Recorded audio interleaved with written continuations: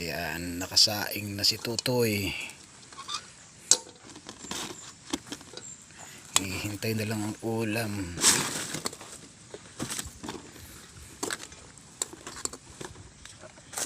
Naambun pa.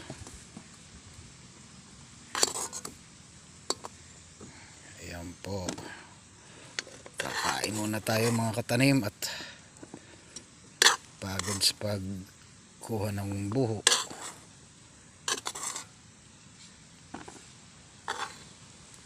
Kailangan kumain ng katawang lupa para may lakas uli mamaya.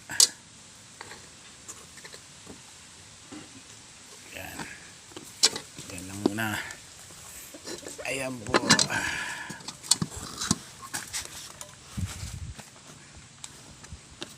Ayan po ang ating ulam, sinibak na papaya. Mga katanim, kain po tayo ng tanghalian. Sinibak na papaya na may with sardines. Tapos may dahon ng sili. Ayos.